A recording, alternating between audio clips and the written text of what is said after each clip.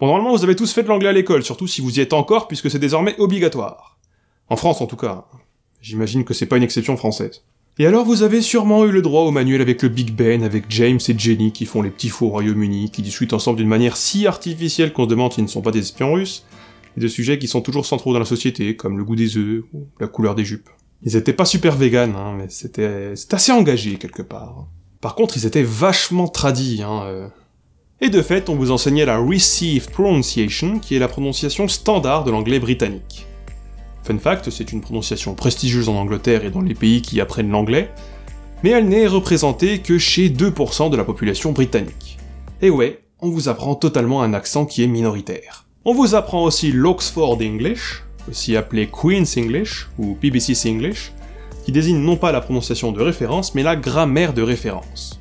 Parce que là où dans la francophonie on a tendance à mêler les deux, la prononciation standard et la grammaire standard sont distinguées en anglais, mais ce n'est pas très important pour la suite. Quoi qu'il en soit, les références culturelles que vous avez sont probablement liées aux jeux vidéo, à la musique et au cinéma, très largement importées des USA. Hormis quelques productions, comme le Trône de Fer ou Star Wars, l'anglais britannique de référence n'est certainement pas celui auquel vous êtes le plus confronté, puisque c'est surtout l'anglais américain qui est représenté. C'est celui qu'on n'apprend pas, ou plutôt c'est celui qu'on apprend sur le tas, et c'est peut-être l'une des raisons pour lesquelles vous avez eu aussi plus de mal à le comprendre. Sauf que anglais-américain, cela veut un peu tout et rien dire. Et d'ailleurs, le mot américain est assez ambigu, et je pense que le définir ici ne serait pas de trop. L'anglais américain, c'est donc l'anglais propre aux États-Unis, y compris de ces régions d'outre-mer comme Hawaï. Lorsque l'on y ajoute le Canada, en revanche, on parle plutôt d'anglais nord-américain. L'ajout du Canada est plus que pertinent, parce que, et nous allons le voir très bientôt, la frontière qui sépare les deux États anglophones d'Amérique du Nord est avant tout politique, pas du tout linguistique. Même si, et c'est important de le noter, chacun des pays a ses spécificités. Cependant, je vais casser le rêve tout de suite, l'anglais américain n'existe pas vraiment. En Amérique du Nord comme ailleurs, il existe des anglais différents en fonction des régions. D'ailleurs, le terme General American se réfère à la moyenne de toutes ces variétés si on met les plus clivantes de côté, et il inclut souvent l'anglais du Canada standard. Ainsi, lorsque l'on parle de General American, on se réfère à un anglais scolaire, ou alors aux accents que l'on peut entendre dans le nord des Midlands. Et il est aussi appelé anglais américain standard. Sur le plan historique, il s'agit de l'anglais de l'intérieur des terres, proche des grands lacs où l'industrialisation a été rapide, et où elle a permis une élévation sociale significative des populations en étant originaires.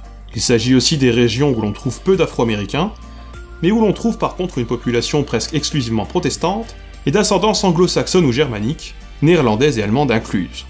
L'une des caractéristiques principales du General American est sa rhoticité, c'est-à-dire sa prononciation du R dans tous les mots et dans toutes les positions. Cette caractéristique ne va pas de soi. Le R a disparu lorsqu'il est en fin de syllabe en anglais britannique, hormis pour quelques dialectes qui le maintiennent encore.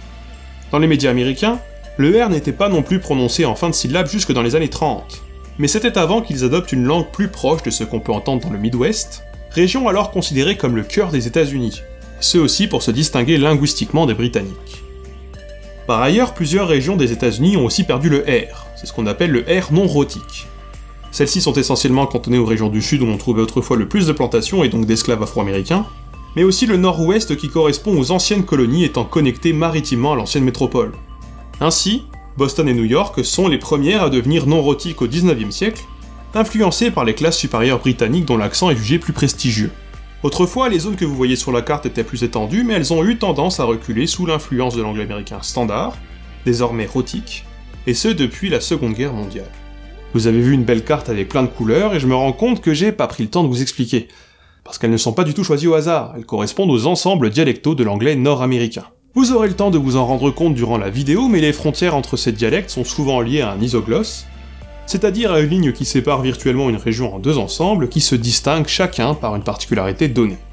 Si on prend notre exemple précédent, l'isoglosse que vous voyez serait en rouge, et il divise virtuellement l'anglais en Amérique du Nord selon si l'on prononce le R après une voyelle, ou si on ne le prononce pas. Cet isoglosse est l'un de ceux qui permet de diviser le dialecte de la Nouvelle-Angleterre du Nord en deux. D'un côté on a l'anglais de la Nouvelle-Angleterre du Nord occidental, et de l'autre l'anglais de la Nouvelle-Angleterre orientale. Pour les couleurs, le vert correspond à l'anglais américain méridional, que l'on distingue en plusieurs ensembles. On a l'anglais américain méridional des plaines, qui correspond au territoire des plantations et de l'esclavage, et on a l'anglais américain méridional intérieur, qui correspond à une région et à une géographie plus accidentée et beaucoup plus boisée, puisque l'on y trouve les monts Ozark et Ouachita, les Appalaches et le plateau de Cumberland. La sociologie des colons y était aussi différente. Et si vous voulez savoir ce que ça donne, Écoutez une interview de Johnny Cash. Tout au sud, on trouve aussi l'anglais cajun, qui correspond à la zone du français cajun l'ayant influencé.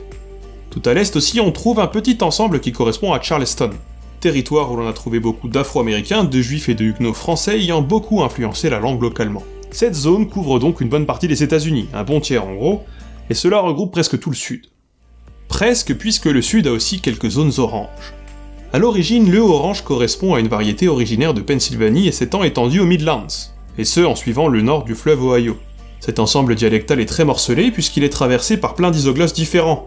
On trouve notamment le Midland atlantique, le Midland oriental, le Midland central et le Midland occidental, mais aussi celui d'Oklahoma. Il existe également des dialectes de l'ensemble des Midlands en dehors de la région des Midlands. Le sud du Nouveau-Mexique et une petite partie du Texas par exemple, plus par défaut que par lien historique.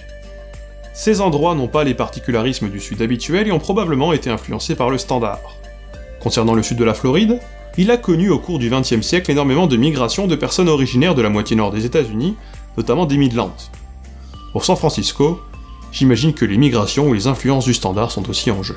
Continuons notre ascension vers le nord en parlant de cet étrange corridor qui coupe notre bande orange en deux, mais à quoi correspond-il? Cela vous a peut-être échappé, mais le bleu but bizarre des Grands Lacs possède un petit corridor qui coupe presque les dialectes des Midlands en deux ensembles séparés. Ce corridor, c'est la route 66, reliant Saint-Louis à Chicago. Cet ensemble correspond aux dialectes septentrionaux de l'anglais américain. On distingue en gros 4 zones. L'anglais américain septentrional occidental, le septentrional intérieur, le septentrional oriental, et le septentrional de Providence. Notez que New York a en revanche juste à côté sa propre famille dialectale, ici en violet, avec une petite partie du New Jersey. La partie en bleu foncé, délavée et pas très jolie, correspond au dialecte septentrional central, qui forme son propre ensemble, et qui est distingué des autres dialectes septentrionaux par plusieurs particularités qui le relient à l'anglais canadien. Et si vous voulez l'entendre, je vous conseille alors la série Fargo. L'anglais canadien, justement, parlons-en. C'est quoi cette frontière dialectale qui suit le tracé politique, là?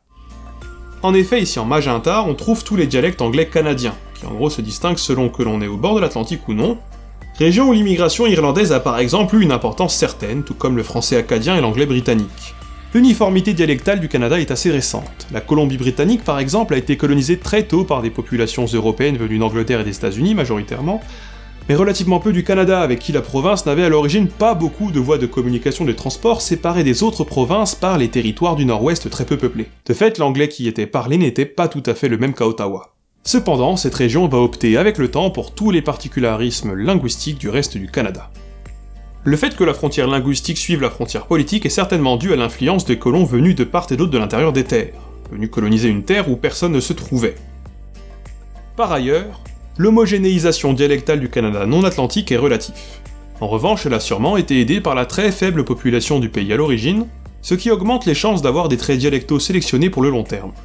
Aujourd'hui encore, la Colombie-Britannique ne compte que 4,5 millions d'habitants, on en compte 4 millions en Alberta, et un peu moins d'1 million seulement pour le Manitoba et le Saskatchewan.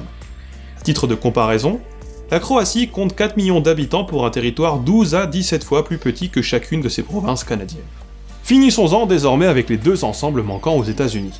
L'Ouest correspond en gros au Far West et à l'Alaska, soit les dernières zones à avoir été colonisées. Il existe une toute petite zone de l'Alaska en revanche qui se distingue, Mat-Su Valley, dont la plupart des colons étaient originaires de la zone des Grands Lacs. En effet, en 1935, le gouvernement a dépensé 11 millions de dollars pour y implanter 203 familles venant du Minnesota, du Michigan et du Wisconsin.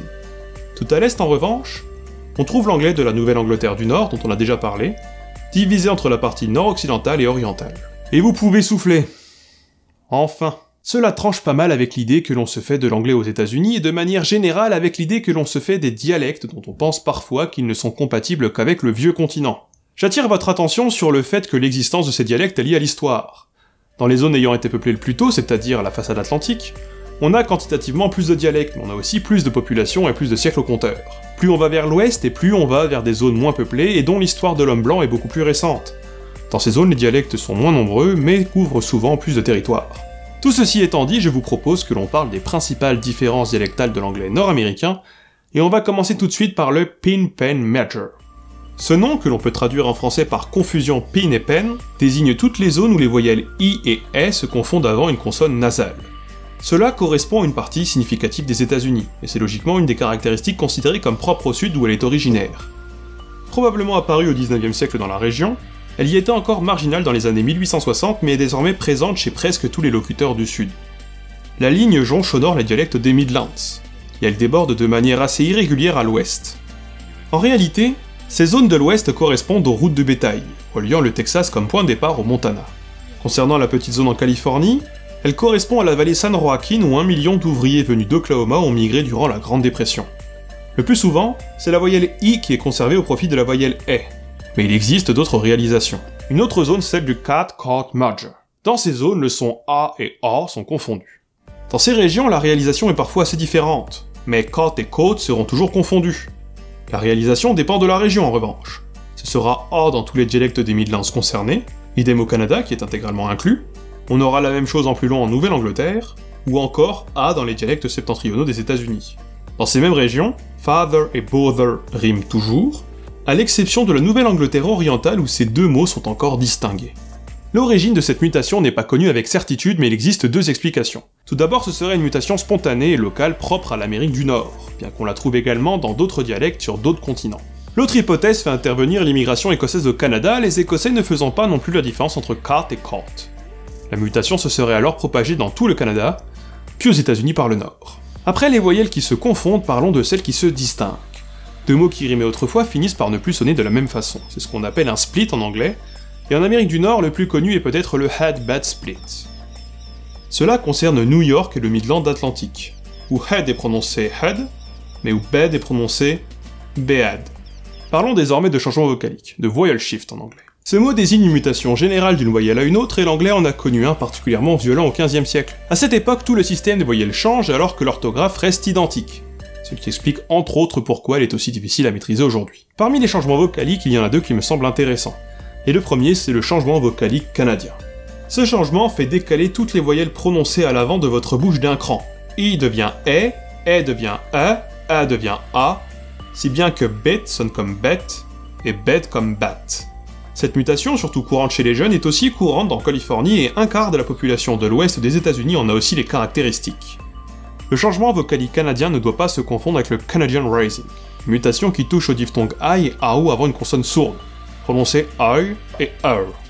Ainsi, rider et writer, qui riment en anglais standard, ne riment pas au Canada, le premier étant prononcé rider et le second rider. Cette particularité fait que le mot about est prononcé about, et c'est souvent le cliché pour parler comme un Canadien. Pourtant c'est aussi une mutation ayant cours en Nouvelle-Angleterre orientale et dans le nord du Midwest, et aussi en partie de New York et dans le Delaware, alors qu'on ne la trouve pas à Vancouver. Le dernier que je vais aborder dans cette vidéo, c'est le changement vocalique des villes du Nord. Celui-ci regroupe en gros l'ère dialectale septentrionale, et il doit son nom au fait qu'il soit propre à Détroit, Chicago, Cleveland, Milwaukee, Utica et Buffalo. Il a très certainement commencé à la fin du 19e siècle, en tout cas si l'on en croit le linguiste William Laboff, et il serait apparu avec les migrations d'ouvriers de la côte est vers les Grands Lacs durant la construction du canal Erie, reliant le lac du même nom à la rivière Hudson. On a un décalage général des phonèmes. I devient E ou E, A devient R ou IE, E devient E devient E devient O devient A. Ainsi, dans ces villes où la mutation est complète, qui était prononcé ket, ket se dira cut, cut se dira cot, cot se dira cat, et cat se dira cert, ou même kiet. Tous les locuteurs n'ont pas toutes les mutations dans toutes les villes à la fois, et les Afro-Américains ne l'ont que très peu. Bon bah voilà, on a fait un bon tour. Cette vidéo, elle avait deux buts. Tout d'abord, vous montrer que l'anglais nord-américain n'est pas uniforme, loin de là, et qu'il possède aussi bien des innovations que des archaïsmes. Tout comme l'anglais britannique de son côté, même si ce ne sont pas les mêmes. Ensuite, c'est que sa diversité linguistique est en lien direct avec son histoire, ses évolutions territoriales et ses migrations intérieures, et qu'il existe régionalement des mutations d'assez grande ampleur, pouvant même mettre à mal la compréhension d'autres anglophones qui parlent pourtant la même langue. Voilà, sur ce, je vous laisse. N'hésitez pas à me rejoindre sur Tipeee, sur Twitter, sur Facebook, à partager cette vidéo, à la liker, et même à la sous-titrer. Et voilà.